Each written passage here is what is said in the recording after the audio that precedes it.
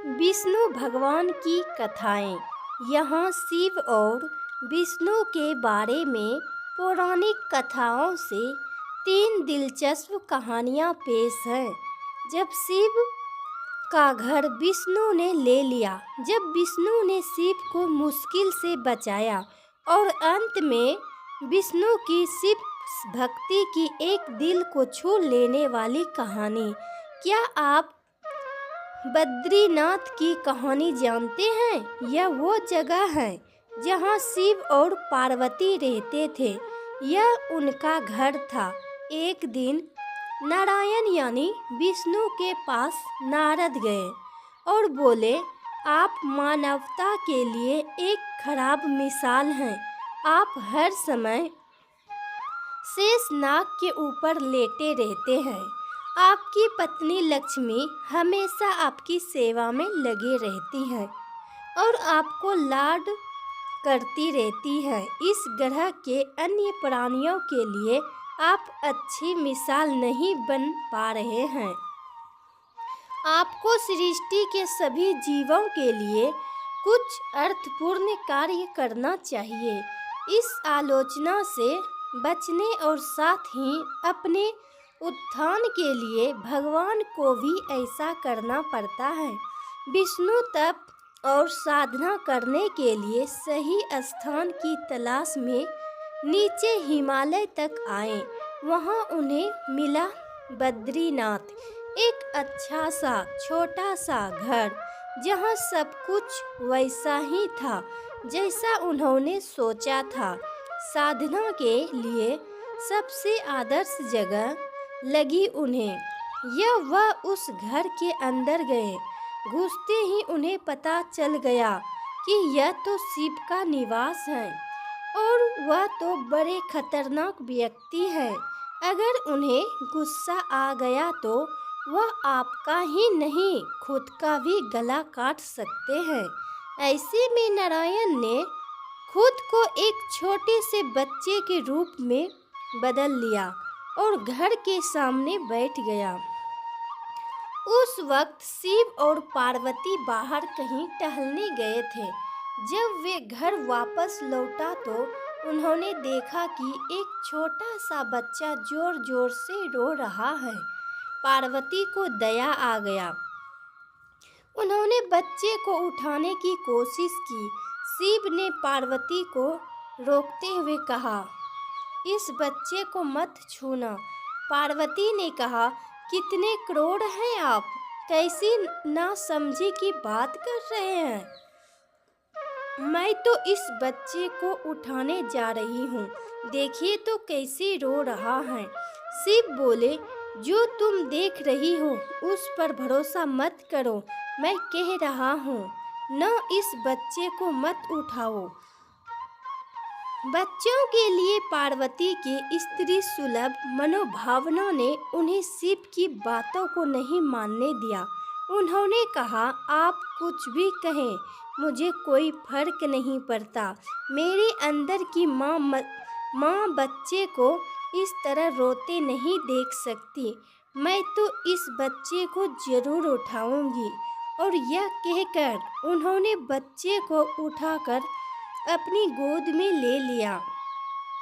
बच्चा पार्वती की गोद में आराम से था और शिव की तरफ बहुत ही खुश होकर देख रहा था।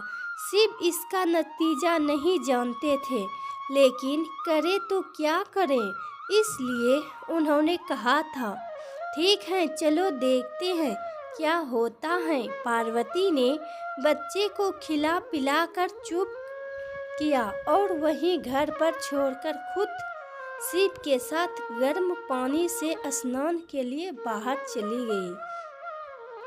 वहाँ पर गर्म पानी के कुंड हैं। उसी कुंड पर स्नान के लिए शिव पार्वती चले गए। लौट कर आए तो देखा कि घर अंदर से बंद था। शिव तो जानते ही थे कि अब खेल शुरू हो गया है। पार्वती हैरान थी कि आखिर दरवाज़ा किसने बंद किया। शिव बोले, मैंने कहा था ना, इस बच्चे को मत उठाना। तुम बच्चे को घर के अंदर लाई और अब उसने अंदर से दरवाज़ा बंद कर लिया है। पार्वती ने कहा, अब हम क्या करें? शिव के पास दो विकल्प थे। एक जो भी उनके सामने है उसे जलाकर भस्म कर दे और दूसरा वे वहाँ से चले जाएं और कोई और रास्ता ढूंढ ले। उन्होंने कहा, चलो कहीं और चलते हैं, क्योंकि यह तो तुम्हारा प्यारा बच्चा है, इसलिए मैं इसे छू भी नहीं सकता। मैं अब कुछ नहीं कर सकता, चलो कहीं और चलते हैं। इस तरह शिव और पार्वती को अवैध तरीके से वहां से निष्कासित कर दिया गया। वे दूसरी जगह तलाश करने के लिए पैदल ही निकल पड़े। दरअसल बद्रीनाथ और केदारनाथ के बीच एक छोटे से दूसरी चोटी के बीच सिर्फ 10 किलोमीटर की दूरी है। आखिर में वह केदार में बस गए और इस तरह शिव ने अपना खुद का घर खो दिया। आप पूछ सकते हैं कि क्या वह इस बात को जानते थे? आप कई बातों को जानते हैं, लेकिन फिर भी आप उन बातों को अनदेखा कर उन्हें धोने देते हैं।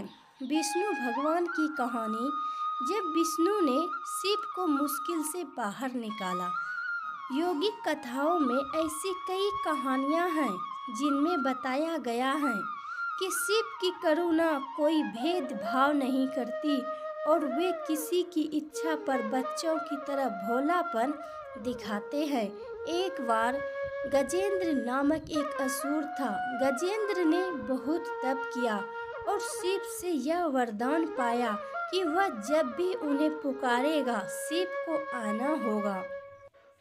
त्रिलोकों के सदा शरारती ऋषि नारद ने देखा कि गजेंद्र हर छोटी छोटी बात के लिए शिव को पुकार लेता था, तो उन्होंने गजेंद्र के साथ एक चाल चली। उन्होंने गजेंद्र से कहा, तुम शिव को बार बार क्यों बुलाते हो? वह तुम्हारी हर पुकार पर आ जाते हैं। क्यों नहीं तुम उनसे कहते कि वह तुम्हारे अंदर आ जाएं और वहीं रहें, जिससे वह हमेशा तुम्हारे अंदर होंगे। गजेंद्र को यह बात अच्छी लगी और फिर उसने शिव की पूजा की। जब शिव उसके सामने प्रकट हुए तो वह बोला, आपको मेरे अंदर रहना होगा, आप कहीं मत जाइए।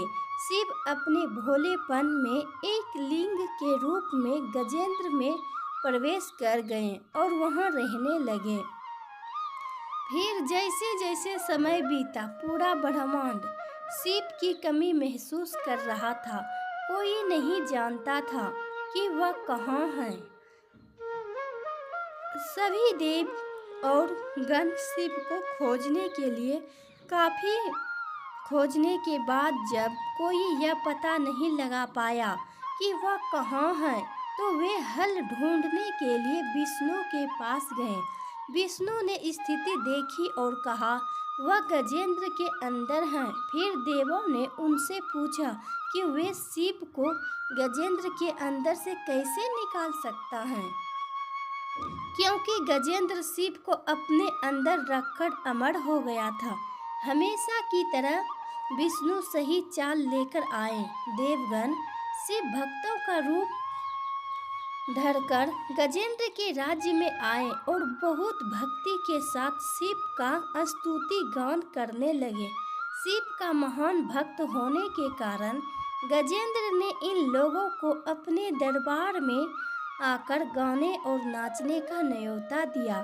शिव भक्तों के वेश में देवों का यह दल आया और बहुत भावनाओं के साथ बहुत भक्ति पूर्वक वे शिव के लिए भक्ति गीत गाने और नाचने लगे। शिव जो गजेंद्र के अंदर बैठे हुए थे, अब खुद को रोक नहीं सकते थे। उन्हें जवाब देना ही था, तो वह गजेंद्र के टुकड़े टुकड़े करके उससे बाहर आ गए। विष्णु की शिव भक्ति, शिव की पूजा देवता और राक्षस, देव और असुर, श्रेष्ठ और अधम दोनों करते हैं। वह हर किसी के लिए महादेव हैं। विष्णु भी उनकी पूजा करते थे। विष्णु की शिव भक्ति को बताने वाली एक बहुत सुंदर कहानी है। एक बार विष्णु ने शिव से वादा किया कि वह शिव को 1008 कमल अर्पित करेंगे। वह कमल के फूलों की तलाश में गए और पूरी दुनिया में खोजने के बाद भी उन्हें सिर्फ 1007 कमल के फूल मिले। एक कम था। उन्होंने आकर सब कुछ शिव के सामने रख दिया। शिव ने अपनी आंखें नहीं खोली, वह सिर्फ मुस्कुराए क्योंकि एक कमल कम था। फिर विष्णु ने कहा, मुझे कमल नयन कहा जाता है, जिसका अर्थ है कमल के फूलों की तरह आँखों वाला भगवान। मेरी आँखें किसी कमल की तरह सुंदर हैं, तो मैं अपनी एक आँख अर्पित करता हूँ। और उन्होंने तुरंत अपनी दाहिनी आँख निकाल कर लिंग पर रख दी। इस तरह की भेंट से प्रसन्न होकर शिव ने विष्णु को प्रसिद्ध सुदर्शन चक्र दिया।